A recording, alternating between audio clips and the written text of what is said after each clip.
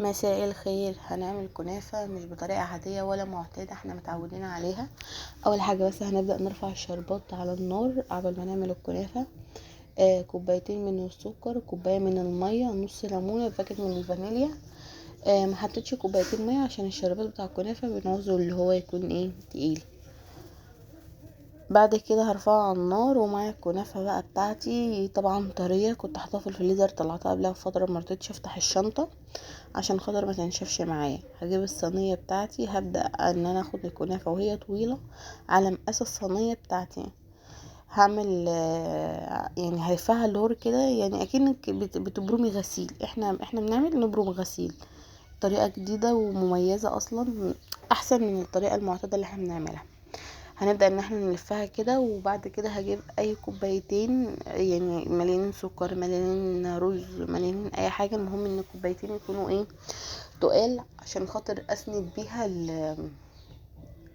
الكنافة بتاعتي. سندت بيها وهم فاضيين، ما نفعتش خالص. هبدأ اجيب واحدة تانية واعملها بنفس المقاس وهلفها. يعني ولا ترفعي الصباع قوي ولا تخنيه قوي، يعني خليها مظبوطه كده عشان خاطر كلها يعني تستوي مره واحده. عملت يعني عملتها بالطريقه ديت، حسيتها احسن من التانية، ولا قطع بقى ولا تقطيع ولا الكلام ده كله، دي احلى وحساها اشيك. ورمضان كريم عليكم يا جماعه، ينعاد عليكم يا رب. هعمل الكنافه بتاعتي بنفس الطريقه. نص صينيه دي خدت مني نص كيلو كنافه، ممكن تجيب صينيه اكبر تاخد مني كيلو الا ربع. بعد كده هجيب قطعتين زبده معاهم سنه زيت، طبعا عشان الزبده ما تتحرقش. عندك بقى سمنه بلدي تعمليها بيها، هتبقى يعني طعمها احلى من كده 100 مره. جربت اعمل بالفرشه ما نفعتش، يعني تبلي بقى ايدك كده وتبداي انك تحددي الصباع وتنيمي اي شعيرات واقفه، تنيمها على الصباع.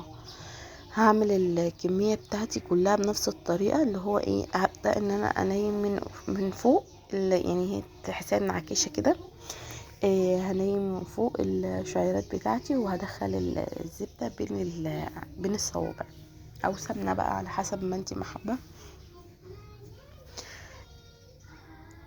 عملت الكميه بتاعتي كلها وحددت الصباع، كل صباع لوحده كده عشان خاطر ما تلزقش مثلا في بعضيها او اي حاجه. فردتهم كده، خليت فيه مسافات.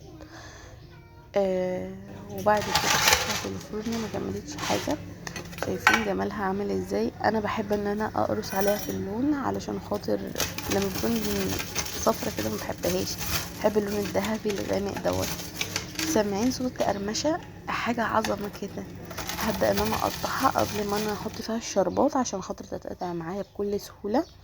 قطعتها كده نصين عشان الصباع يبقى طول صباع ايدينا عموما. بعد كده هنزل بها بالشربات. الشربات هيشرب فيها على طول، يعني عايزه اقولك كانت طعمها جميل جدا وهتحبيها. شايفين الصباع؟ انا طبعا شلتها على طول، لسه الشربات ما خدش من تحت. بس بقى لما سبتها، شايفين الشربات في الصينيه اصلا يعني لسه بيبقى موجود كده. هي شربت اللي هي اخدته وسابت الباقي.